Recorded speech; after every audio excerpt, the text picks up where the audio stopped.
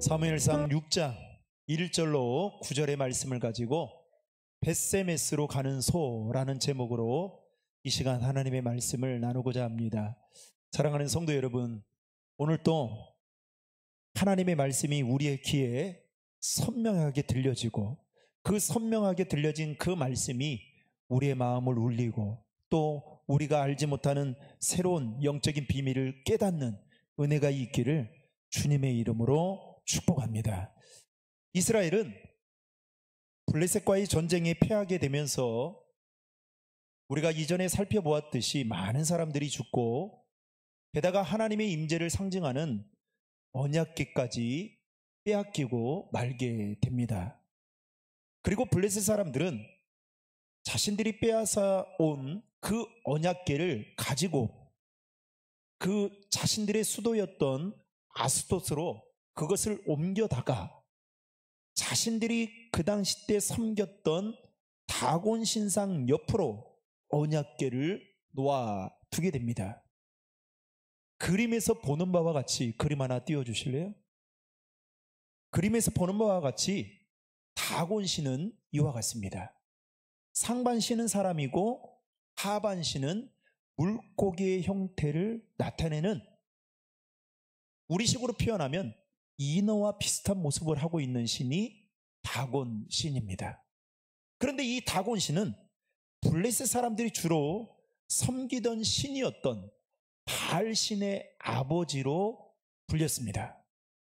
그런데 우리가 지난주에 살펴봤듯이 그 다곤 신상 옆에 언약궤를 놓아두었는데 아침 일찍 일어나 아스돗 사람들이 나가보니 다곤 신전 앞에 다곤 신상이 언약궤 앞에 엎드려져 있는 것을 보게 됩니다.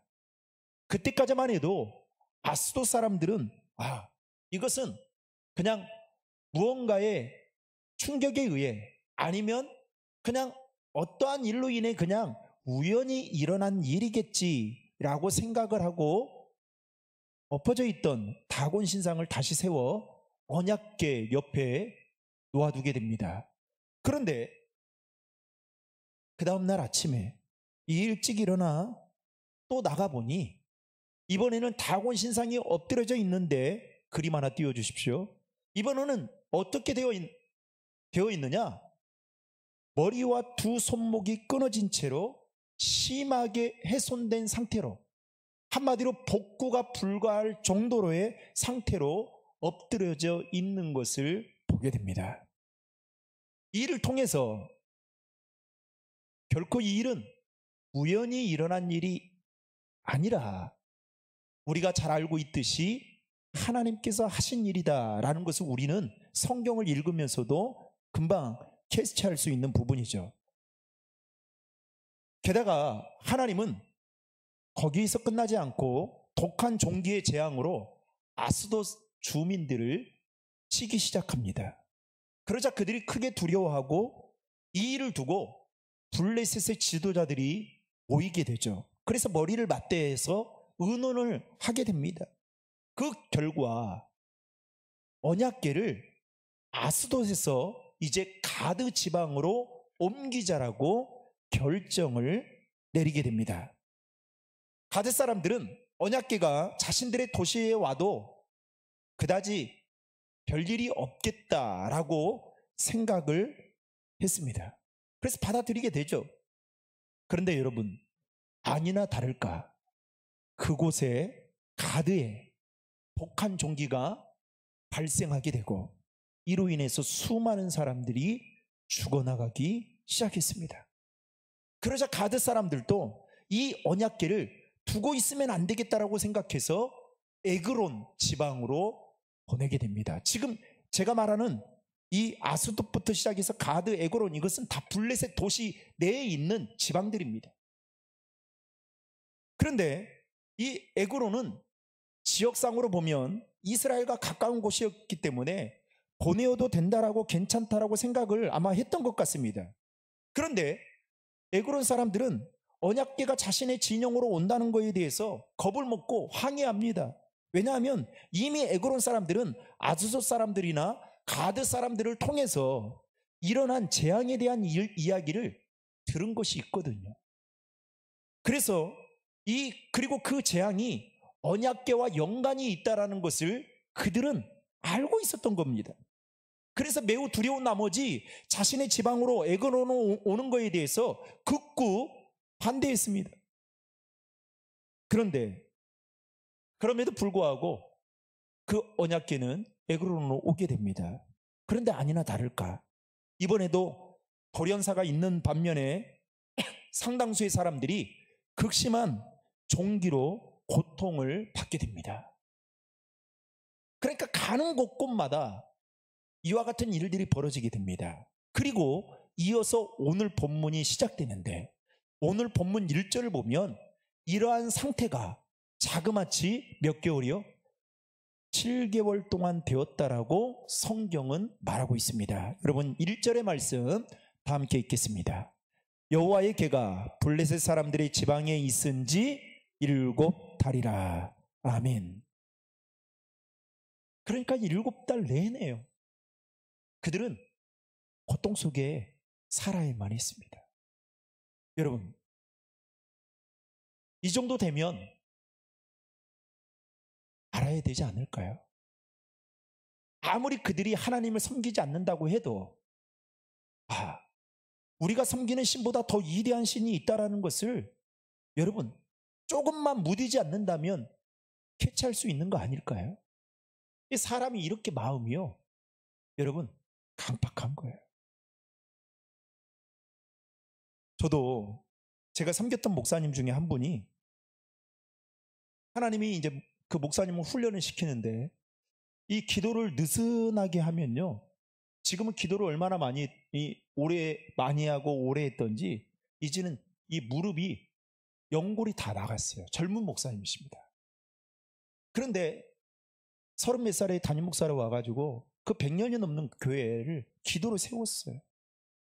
여러분 그 교회는 오후 예배 금요 기도회에 가면요 아이들이 100년 된 교회가 그렇게 변할 거라고는 상상도 못한 정도로 아이들이 꽉 찹니다.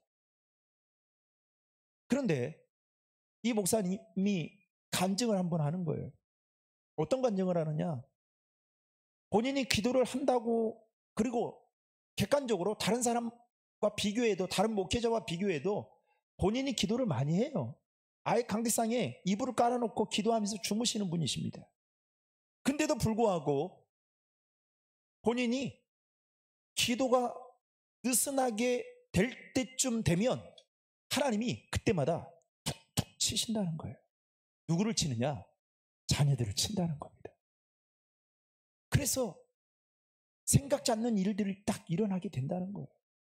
갑자기 애가 계단에 가다가 떨어졌는데 찧어가지고 몇 방울을 막 꼬매게 된다거나 아무튼 뭐 이런 일들을 만나게 한다는 거예요. 제가 봐도 참 이 목사님은 기도하는 일만큼은 누구 못지않는 분이다. 정말 열심히 하시는 분이거든요. 그런데 하나님 모실 때에는 그렇게 생각해서 치신다는 거예요, 자녀들을. 그때마다 이 목사님이 어떻게 하느냐, 깨닫고 하나님 앞에 나와서 더 기도하는 일에 집중을 한다는 거예요. 그 교회는 지금도 1년에 2번 저쪽 양산에 있는 곳에 기도원에 철야 기도를 갑니다. 저녁 8, 9시에 그 대형 버스를 몇 대 불러가지고 산기도로 보내요. 산기도로. 그리고 새벽에 내려와. 여러분 요즘 그런 교회가 있습니까? 100년 된 교회가 그렇게 한다는 것은요 상상도 못하는 일이에요. 그러니까 하물며 이렇게 기도를 많이 하시는, 그래 기도하는 일에 힘쓰는 목사님도 본인이 기도가 느슨해진다고 할 때 하나님이 이렇게 자녀들을 통해 흔들어대면 그거를 어떻게 해요? 깨닫는데 여러분 기도를 안 하게 되면 어떨까요? 그러니까 여러분 우리가 왜 말씀을 읽고 우리가 왜 기도해야 되는지 아세요? 그래야 하나님의 마음을 알게 되고 하나님의 뜻을 알게 돼요. 여러분 아무리 신앙생활 오래 하고 직분을 가지고 있다 해도 기도하지 않고 말씀 읽지 않으면요 여러분 깨닫지 못합니다. 그렇게 사람은 무지몽매예요. 존재예요. 그러니까 목사가 막 귀에 굳은 살이 배기도록 이야기를 해도 백날 백번 이야기해봐요. 자녀들도 마찬가지예요. 부모가 백날 백번 입이 닳도록 이야기해도 그 자녀가 못 깨달으면 바뀌지 않거든. 다 부모는 자기 자식들을 잘 되라고 올바르게 컸으면 좋겠다라는 마음을 가지고 너만큼은 이렇게 살지 않으면 좋겠다라는 마음을 가지고 그렇게 이야기해도 못 깨달으니까 그 말을 못 줘 담는 거예요. 신앙생활도 마찬가지. 어찌됐든 간에 7달 동안 이 블레셋 지방이 그야말로 초토화가 될 정도로 그러한 상태에 있었습니다. 그러자 이 블레셋의 지도자들이 다시 모여서 의논을 하게 됩니다.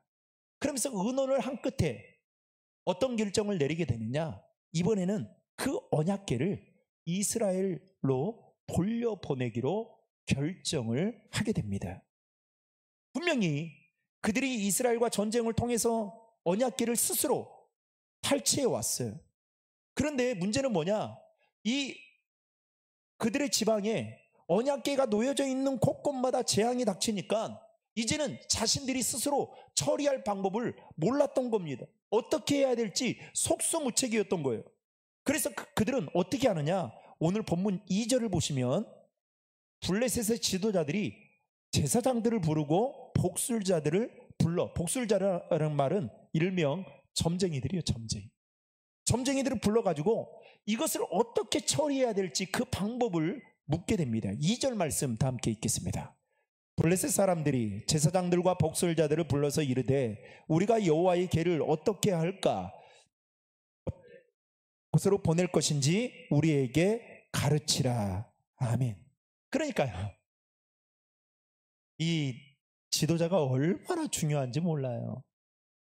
가정에도 여러분 믿음으로 바로 서 있는 한 사람만 서 있어도 여러분 그 가정은 바뀔 수 있어요. 지도자들이 이 7개월 동안 이러한 그 상황을 경험하게 되면, 이러한 어려운 일들을 경험하게 되면 어떻게 해요? 뭔가를 깨달아야 되죠. 깨닫지 못하니까 어떻게 해요? 점쟁이들을 불러가지고 이것을 어떻게 처리해야 될지를 묻게 됩니다. 그런데 여러분 재밌는 것은 이 블레셋 사람들의 제사장들, 그리고 여기서 제사장들은 우상 숭배자들을 이야기하는 겁니다. 그리고 복술자들, 점쟁이들이 뭐라고 하느냐? 이들이 마치 이스라엘에 대해서 공부를 한 것처럼 언약궤를 돌려보낼 때 뭐라고 이야기합니까? 이스라엘의 제사법인 속건제를 드리라고 처방을 내립니다. 여러분 당시 이스라엘에 5대 제사가 있었는데 5대 제사 중에 하나가 뭐였냐면 속건제예요. 번제, 소제, 하목제, 속건제, 속제제, 이게 5대 제사죠. 그런데 그 중에 속건제는 뭐냐? 제값을 치르기 위해 반드시 보상으로 드려야 되는 제사가 속건제입니다. 그런데 이 속건제를 드리라는 거예요. 그러면서 당시 여러분 그 독한 종기가 뭐라고 했어요? 지로 인한, 그래서 흑사병이라고 불린다고 했잖아요. 이 지로 인한 독종이 창궐하니까 이들이 어떤 생각을 하게 되느냐? 금 독종과 금지 5마리 형상을 따서 5개를 만들어가지고 그 죄를 보상한다라는 측면에서 속건제물로 삼게 됩니다. 그리고 그것을 언약궤와 함께 실어서 이제 돌려보내라고 조언을 하게 됩니다. 그런데 오늘 6절 말씀에 보면 이 블레셋의 제사장들은 이미 하나님께서 애굽의 재앙을 내리셨던 그 이스라엘의 역사를 잘 알고 있었습니다.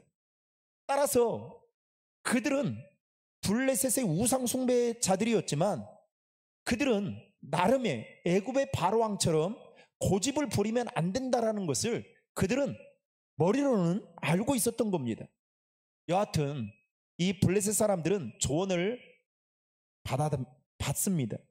그리고 언약궤가 무서워서 아무도 만지려고 하지 않자 문제는 뭐예요?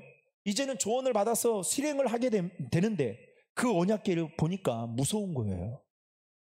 그래서 누가 먼저 이것을 할까? 막 서로가 눈치를 보고 눈치 싸움을 지금 하고 있는 겁니다. 그러다가 유다의 제사장들이 있는 이 베세메스까지 언약궤를 가져갈 암소를, 전령자 암소를 이제 택하게 됩니다. 그리고 암소를 택하는 데 있어서 멍에를 메어보지 아니한 젖나는 암소, 그러니까 어미 암소를 2마리를 메우고, 그리고 송아지들은 따로 집으로 돌려보내고 언약궤를 가져다가 수레에 싣고 그리고 가게 합니다. 그리고 이들은 뒤에서 수레를 싣고 끌고 가는 그 암소 2마리 뒤에서 언약궤가 어디로 가는지에 대해서 보기 위해 쫄쫄쫄 뒤쫓아 가게 됩니다. 그러면서 한 가지 확인을 하고 싶었던 것이 있었습니다. 그것은 바로 최근에 블레셋 지방에서 일어났던 이 독한 종기로 인한 사망자의 이 사건들이 정말로 이스라엘이 섬기고 있는 하나님, 여호와 하나님께서 하신 일이 맞는 걸까? 아니면 우연히 일어난 일인가를 그들은 확인하고 싶어서 뒤를 쫓아가게 됩니다. 그래서 그들은 언약궤를 떠나보내면서 짜낸 아이디어가 이것이었습니다. 3가지였어요. 첫 번째는 새 수레를 만들어서 소가 끌고 가게 하되, 수레를 전혀 끌어본 적이 없는 소에 수레를 매게 하자. 혹여나 언약궤를 매다가 어떻게 해요? 언약궤를 매다가 봉변이라도 당하지 않을까 두려운 마음이 있었던 겁니다. 최대한 언약궤는 지켜보되 떨어져 있자. 2번째는 그냥 소가 아니라 젖 먹는 송아지 딸린 암소를 사용하자. 대신 그 새끼 송아지는 집에 놔두자. 여러분, 제가 알고 있는 이야기 중에 하나인데요, 요즘에는 그냥 반려견, 반려묘 좋아하는 분들이 너무 많아가지고 이게 무슨 말을 강단에서 이런 말들을 하면 얼마나 안 좋은 시선으로 바라보는지. 그래서 참 제대로 말도 못해요. 예수님도 이 시대에 왔으면 아마 설교자로 섰으면 곤욕을 치렀을 거예요. 그런데 제가 알기로는 옛날에는 이 도둑고양이 그리고 막 들개들이 많았잖아요. 그래서 어떻게 해요? 막 영물이라고 할 정도로 사람이 건들면 어떻게 합니까? 막 고양이들은 쥐를 물어가다가 그 집 앞에 막 놓다거나 아니면 어디다 하거나 막 그랬다고 하잖아요. 그래서 여러분, 옛날에 여러분 도둑고양이나 강아지를 밥 준 사람을 본 적이 있습니까? 저는 이렇게 본 것은 몇 년 안 된 것 같아요. 불과 한 5년 10년 전이었던 것 같아요. 그 전까지는 막 돌아다니면 개들이 사람 눈치 보고 어떻게든 피해 다녀야 되고 그랬는데 어떻게 해요? 요즘에는 그러지 않아요. 캣맘들 얼마나 많은지요. 그런데 여러분, 어떤 분이 그랬대요. 또 자신의 그 집에 일터에 고양이가 막 새끼를 까고, 그리고 막 여기저기 똥을 싸놓고 막 사람들을 놀래게 하고, 그러니까 거기에 완전히 노유로 제가 걸린 거예요. 그러다가 어느 날 이 고양이를 이제 상처를 준 겁니다. 그 새끼 한 마리를, 이제 새끼 몇 마리를 낳았는데 그 새끼들을 어디로 이제 이동을 시켰어요, 빨리. 그랬더니 그 어미 고양이가요, 그 일터에 어느 한 곳에 앞에 새끼들이 안 보이니까 계속 며칠을 기다리고 있었다라는 이야기를 제가 듣고, 그때 얼마나 소름이 끼쳤는지 몰라요. 여러분, 동물의 왕국에서 보면 우리가 알듯이 여러분, 이 동물들의 모성애에 대단합니다. 그런데 이 새끼를 낳은 어미소가 이 새끼를 두고, 새끼인 송아지를 두고 간다? 이거는 진짜 상상도 할 수 없는 일이겠죠. 아마도 그런 측면에서 이렇게 이들이 언약궤를 떠나보내면서 이와 같은 소를 선택하자 이렇게 생각했던 것 같습니다. 세 번째는 한 마리가 아니라 두 마리를 사용하자. 여러분, 상식적으로 보면 수레를 끌어본 적도 없고 소가 멍에를 메고 끌고 갈 리가 없겠죠. 그러니 게다가 이들이 이렇게 한 데에는 적어도 세 가지 이유가 있었을 겁니다. 첫 번째는 여러분, 어미소가 새끼를 낳자마자 자기 몸조리도 잘 못했어요. 산후조리도 못한 상태에서 그것도 자기가 낳은 새끼를, 송아지를 여러분 놔두고 간다는 거, 이게 현실적으로 가능할까요? 불가능할까요? 예? 안 키워봐서 모르죠. 저도 안 키워봐서 몰라요. 그런데 불가능해요. 왜냐하면 아까도 말씀드렸듯이 동물들도 사람 못지않게 여러분 모성애가 강하기 때문입니다. 아마도 이 두 마리의 암소는 본능적으로 새끼들을 생각하면서 울었거나 아니면 가지 않으려고 여러분 몸부림쳤을 거예요. 두 번째는 소에게는 연어도 그렇다고 하는데 물고기도 기소 본능이라는 게 있죠. 그래서 자기 집으로 가려고 하지 한 번도 가본 적이 없는 이 벳세메스로 간다는 것은요, 그야말로 상상도 할 수 없는 일인 것입니다. 게다가 여러분, 암소 두 마리를 제어할 수 있는 여러분 제어 장치가 있었습니까? 멍에가 있었냐고요? 없었어요. 그러니 여러분, 아무것도 제어 장치도 없는 그 소가 두 마리가 벳세메스로 간다는 것은 더더군다나 이거는 불가능한 일입니다. 세 번째는 이 암소 두 마리가 이제 보조를 맞춰가지고 그것도 한 방향으로 같은 보폭으로 여러분 걸어간다는 것이 쉬운 일일까요? 쉽지 않은 일일까요? 여러분, 우리 게임 중에 체육대회를 하면 꼭 이건 빠지지 않고 하는 이 대한민국 국민 게임인데요, 2인 삼각게임 아시죠? 여러분, 두 사람이 다리를 한쪽씩 묶어요. 그리고 나서 어떻게 해요? 어깨를 메고 이 반환점을 향해 걸어 빨리 돌아오는 팀이 승리하는 겁니다. 그런데 여러분, 2인 삼각게임을 해보셔서 아시겠지만 얼마나 그 두 사람이 묶어가지고 이게 다리를 묶고 이 같은 마음을 가지고 같은 보폭으로 여러분 걸어간다는 게, 걸어서 반환점을 돌아온다는 게 쉬운 일입니까? 쉽지 않은 일입니까? 그래서 어떤 분은요, 자녀하고 막 이렇게 아빠하고 하니까 아빠가 너무 답답하니까 들어가지고 있잖아요. 얼마나 답답해. 들어가지고 본인이 막 돌고 오더라고요. 그리고 막 어떤 분은 빨리 가려고 했다가 어떤 분은 빨리 가는 것보다 정확하게 느리게 가더라도 넘어지지 않고 가는 게 좋다 해가지고 서로 마음이 막 바뀌어가지고 막 그 줄이 풀어지기도 하고 막 그러잖아요.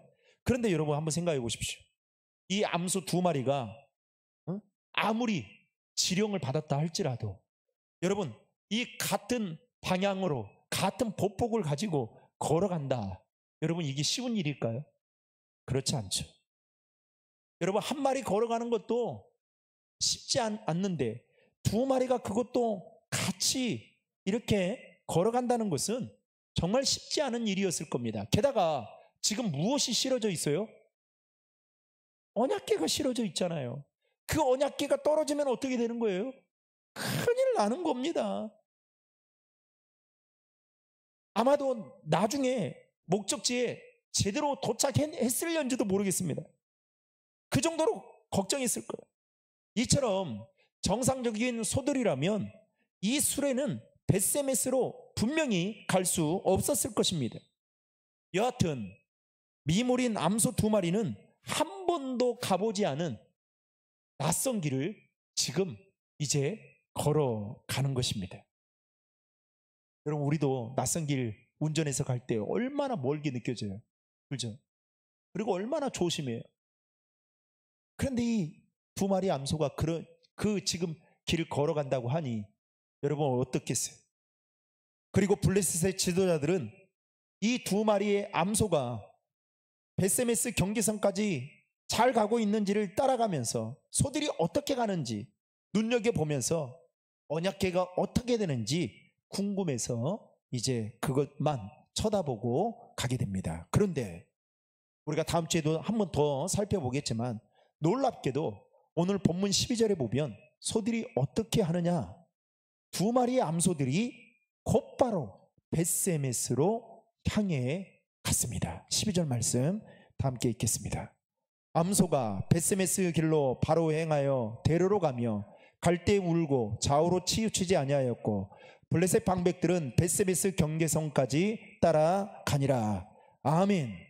블레셋의 지도자들은 이 장면을 지금 자신들의 두 눈으로 똑똑히 보고 확인하고 있는 겁니다. 여러분, 이 두 마리의 암소를 보내면서 점쟁이들이 했던 말은 무엇입니까?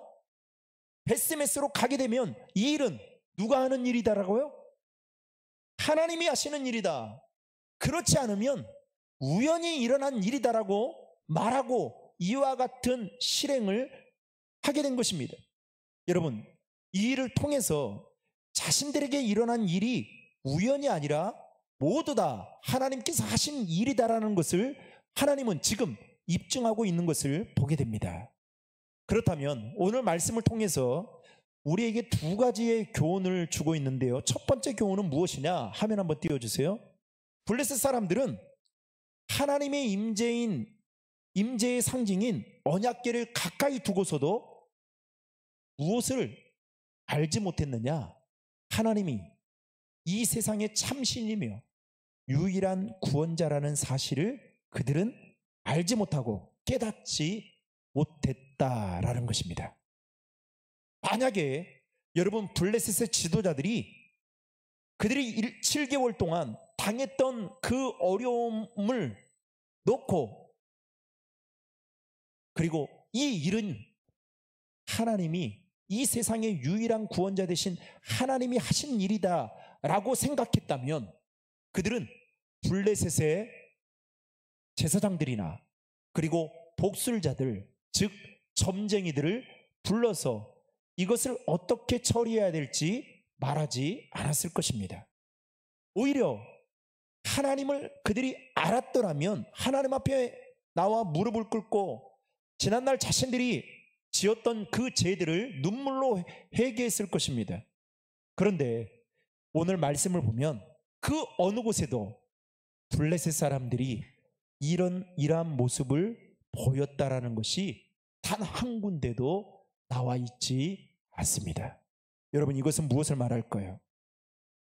우리도 마찬가지, 우리가 신앙생활을 하고 삶을 살아가는 데 있어서 하나님이 이 세상의 유일한 구원자라는 사실을 여러분 깨닫는 것만큼 중요한 일이 없습니다. 왜 그럴까요?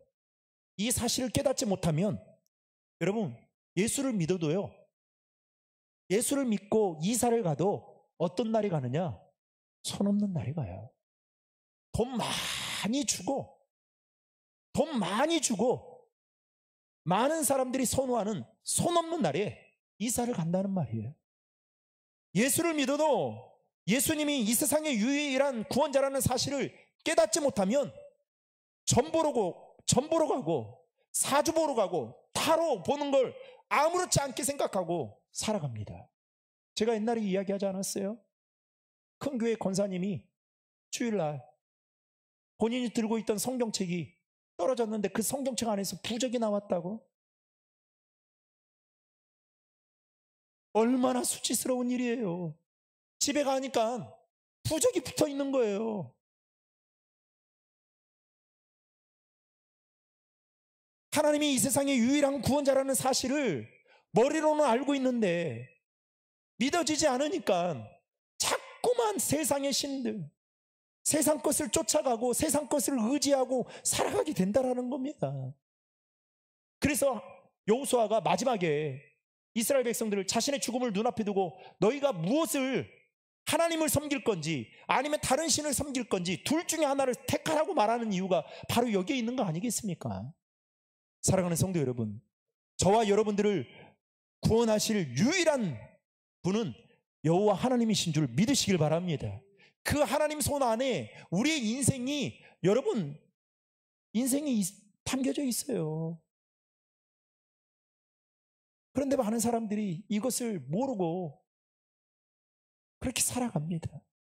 또 하나, 오늘 말씀을 통해서 우리에게 주시는 교훈은 이 두 마리의 암소가 벳세메스로 간 일은 전적으로 누가 하신 일이냐? 누가 하셨을까요? 하나님께서 하신 일이다라는 것입니다. 아멘. 하나님께서 하신 일이다. 여러분, 오늘 본문에 보면 이 두 마리의 암소가 마치 세상에 이런 일이라는 프로 알죠? 거기에 나온, 방송에 나올 법한 행동을 하게 됩니다.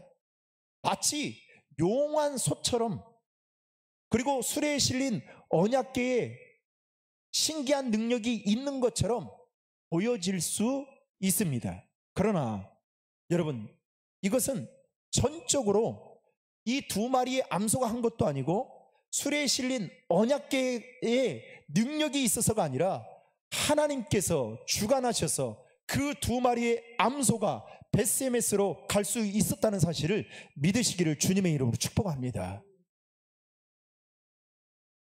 여러분, 요즘에는 이렇게 아이를 갖기 위해서 기도하는 분들이 많잖아요. 뭐 예수 안 믿는 사람들은 뭐 노력하면 다 되겠지. 됩니다. 되기도 하겠죠. 그러나 노력해도 안 되는 게 있어요. 그리고 쉽게 가진 사람은 이렇게 생각할 거예요. 아, 뭐 우리가 노력해가지고 두 부부가 몸도 만들고 노력하니까 생기더라. 충분히 그렇게 생각하고 그렇게 말할 수 있습니다. 반대로 그렇게 노력했는데 생기지 않는 사람은 진짜, 그리고 나서 아이를 갖게 되면 이거는 진짜 우리가 잘해서가 아니라 하나님이 주신 선물이구나 라고 고백합니다. 여러분, 우리는, 제가 지난주에도 말씀드렸지만, 믿음의 사람들은 우리가 이 땅을 살아가면서 여러분 자연 만물을 보면서도, 심지어는 미물인 여러분 동물과 식물을 보면서도 하나님의 섭리와 하나님의 역사를 깨달을 줄 알아야 돼요. 그래야 이 두 마리의 암소가 벳세메스로 간 일이 하나님이 하신 일이다라는 것을 여러분 믿어지는 거예요. 그런데 그것을 믿지 못하면 우연히 일어난 일이겠지, 어찌 하다 보니 간 거겠지, 이렇게 생각하게 되는 것입니다. 하나님은, 그렇다면 하나님이 왜 두 마리의 암소가 이 새끼 송아지들을 놔두고, 그것도 두 암소가 보폭을 같이 하면서 같은 방향으로 여러분 걸어갈 수 있는 이 일을 통해서 하나님은 무엇을 입증하기를 원하셨을까요? 바로 하나님은 지금도 살아 계시고 역사하시는 참 신이라는 것을 블레셋 사람들을 통해 보여주기를 원하셨던 것입니다. 여러분, 우리가 믿는 하나님은 이러한 하나님이셔요. 그런데 자꾸만 하나님이 아닌 다른 것들을 기웃거린다고요? 다른 것들을 의지한다고요? 다른 것들을 붙든다고요? 사도 바울은 로마서 1장 20절에 보면 이렇게 말합니다. 같이 읽겠습니다. 창세로부터 그의 보이지 아니하는 것들, 곧 그의 영원하신 능력과 신성이 그가 만드신 만물에 분명히 보여 알려졌나니. 뭐라고 말합니까? 하나님의 영원하신 능력과 그 신성이 무엇을 통해 보여졌다고요? 만물을 통해. 그래서 여러분, 우리는 자연을 보더라도 그냥 보는 게 아니라 하나님의 이대하심, 하나님의 오묘하심을 보아야 되는 거예요. 게다가 역대상 29장 11절에 보면 이렇게 이야기합니다. 같이 읽겠습니다. 여호와의 위대하심과 권능과 영광과 승리와 위엄이 다 주께 속하였으니 천지에 있는 것이 다 주의 것이로소이다. 여호와여, 주권도 주께 속하였사오니 주는 높으사 만물의 머리이심이니이다. 아멘. 여러분, 하나님이 영원하신 능력과 신성이 만물을 통해 보여줬는데 그 만물의 주인이 누구시다고요? 하나님이심을 우리는 알아야 된다라는 것입니다. 즉 하늘과 땅에 있는 모든 것이 하나님의 것이며 그 하나님은 모든 만물의 머리가 되시는 분이심을 성경은 분명하게 말하고 있습니다.